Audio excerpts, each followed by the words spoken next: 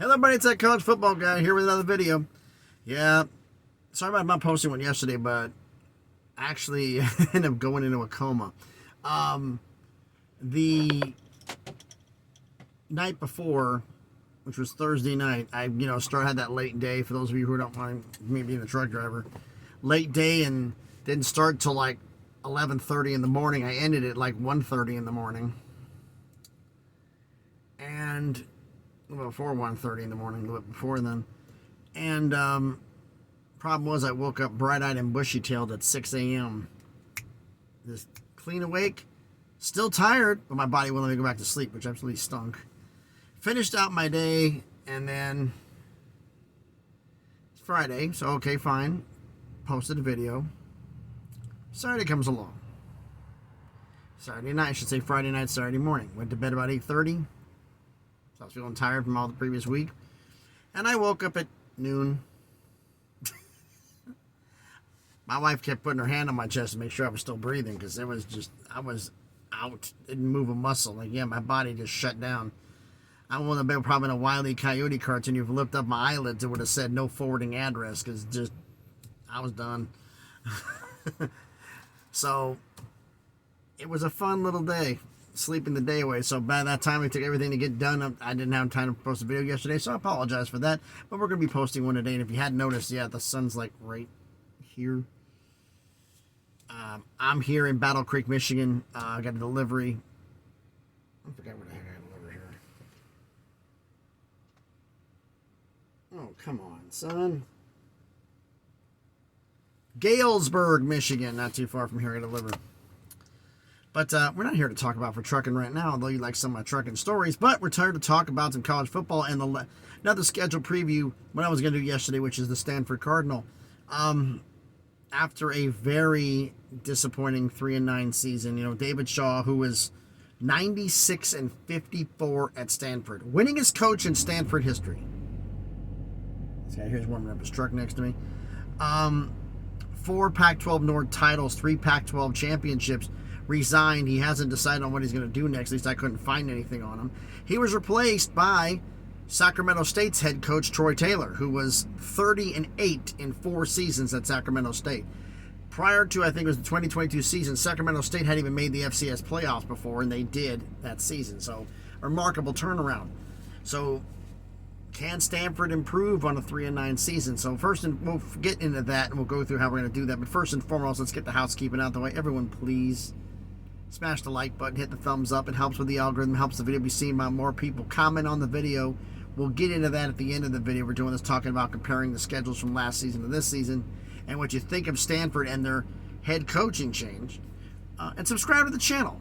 Almost at 400 subscribers, slowly but surely crawling up to 1,000. And if you have subscribed to the channel, or you're going to, first off, thank you for doing so. And second off, make sure you hit the notifications bell. Make sure Grace out to let me know that I've been when I post videos, I try to post one every single day. Try to. All right, now, so what we're going to do with the schedule. We're going to go through last season's schedule. First, we're going to go through the non-conference games from last season and this season. We're going to decide which one's tougher. And then we're going to go through the entire season, last season's schedule and this season's schedule, and decide which one's tougher. So, let me get myself comfortable here in this chair. The non-conference games from last, because their non-conference games are all over the place, because it's the way they do it. Stanford starts their season with a non-conference game. They sometimes do one in the middle a little bit, and then they end the season with a non-conference game usually. It's just, Stanford's just weird about that. But the non-conference games they had for last season was home against Colgate, at Notre Dame, and home against BYU. 1 Power 5, actually 2 Power 5s. BYU is considered a Power 5 in a 10. 2 Power 5 and an FCS with 1 Power 5 on the road. This season they're home at Hawaii, home against Sacramento State, home against Notre Dame. 1 Power 5, 1 Group of 5, 1 FCS. Last season's non-conference was tougher. That's not even a contest. And if you consider BYU a Group of 5 independent, which I don't, when they're an independent, but if you consider them to be that independent, still they go last season because Notre Dame was on the road. Now, let's go through the entire season of last season's schedule and see what's the toughest one here, shall we? So, first off, home against Colgate. They won 41-10, not a surprise there. Home against USC, second game of the year. No surprise, they lost 41-28. Then they got the bye. 2 weeks in, you get the bye. That means 10 games after the bye. That stinks. All right. At Washington, lost 40-22. At Oregon, lost 45-27. Home against Oregon State, lost 28-21. At Notre Dame, won 16-14. Yeah, they won that game. Home against Arizona State, won 15-14. Back-to-back wins. That gives them their 3 wins of the year. They finished the season on a 5-game losing streak. At UCLA, lost 38-13. Home against Washington State, got blown up, lost 52-14. At Utah, got blown out, lost 42-7. Versus Cal, they lost 27-20. And home against BYU, they lost 35-26. Just not a good run. David Shaw resigns, and they went. Now it's the Troy Taylor era has begun at Stanford.